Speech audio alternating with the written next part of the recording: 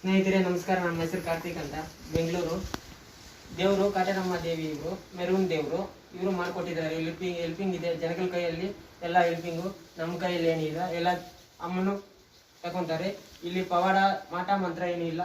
ಅಮ್ಮ ಬರ್ತಾರೆ, ಮೈ ತುಂಬ್ಕೊಂತಾರೆ, ಪೂಜಾರಮ್ಮನಿದ್ದಾರೆ, ಅವ್ರನ್ನಿಂದ ಇಲ್ಲಿ ಪೂಜೆಗಳು ನಡೀತಾ ಇದೆ.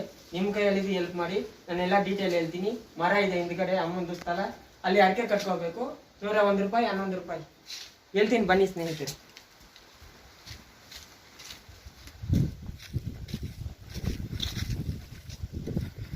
ಇದೇ ಮರ. ಈ ಮರಗೆ ಅರ್ಚನೆ ಕಟ್ತಾರೆ, ಮುರ್ಪು ಕಟ್ತಾರೆ, ಎಲ್ಲ ಕ್ಲಿಯರ್ ಆಗುತ್ತೆ. 21 ದಿನದಲ್ಲಿ ಅಮ್ಮ ವಾಗ್ದಾನ ಕೊಡ್ತಾರೆ. ಆದ್ಮೇಲೆ ನೀವು ಅರ್ಕೆ ಏನು ಕಟ್ಕೊಂಡಿರ್ತೀರೋ ಅದು ಕ್ಲಿಯರ್ ಮಾಡಬೇಕು. ಇಲ್ಲಿ ಸೌರೇಶ್ಪುರಿ ದೇವಸ್ಥಾನ.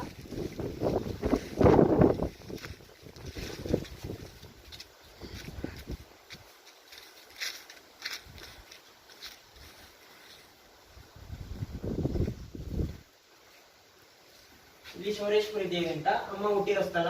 ಇವ್ರು 3 ಜನ ಅಕ್ಕ ತಂಗಿರು. ಇವ್ರು ದೊಡ್ಡವರು, ಅವ್ರು ಚಿಕ್ಕವರು, ಲಾಸ್ಟ್ ಅವ್ರು ಅಲ್ಲಿದ್ದಾರೆ. ಅವರು ಸಪ್ಲಮ್ಮ ಅಂತ. ಬನ್ನಿ ತೋರಿಸ್ತೀನಿ.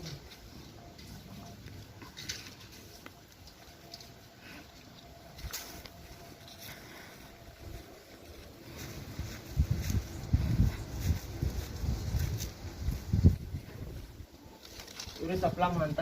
ಇವರು ಇದು ಅಮ್ಮನವ್ರಿಗೆ ಸೇರಿರೋ ಕ್ಷೇತ್ರ ಎಲ್ಲ. ಅಷ್ಟೇನಾ?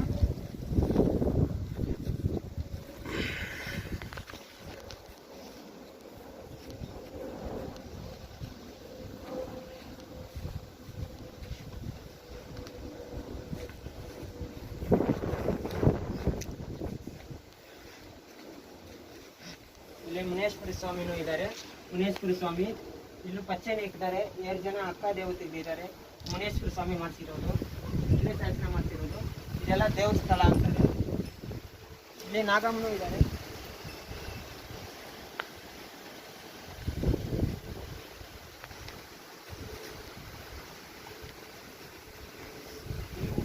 ನಾಗಮ್ಮನೂ ಇದ್ದಾರೆ. ಇಲ್ಲಿ ಹಾವು ಹೋರಾಡ್ತಾರೆ ಅಮಾವಾಸ್ಯೆ ಹುಣ್ಣಿಮೆಗೆ. ನೀವು ಬನ್ನಿ, ವಿಸಿಟ್ ಮಾಡಿ, ನಿಮಗೆ ಒಳ್ಳೇದಾಗತ್ತೆ. ಇಲ್ಲೂ ಮತ್ತೆ ಕಲ್ಯಾಣನೇ ಇದ್ದೀನಿ, ಬನ್ನಿ.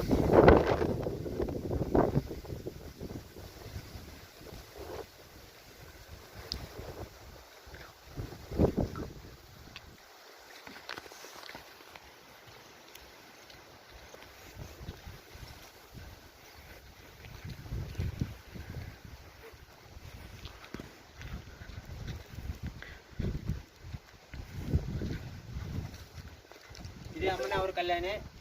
ಇಲ್ಲಿ ಅಮ್ಮನಿಗೆ ಕ್ಷೇತ್ರ. ಇದೆಲ್ಲ ಟೋಟಲ್ ಇದೆ. ಊರಿನಿಂದ 1 ಕಿಲೋಮೀಟರ್ ದೇವಸ್ಥಾನ ಡಿಸ್ಟೆನ್ಸ್ ಇದೆ.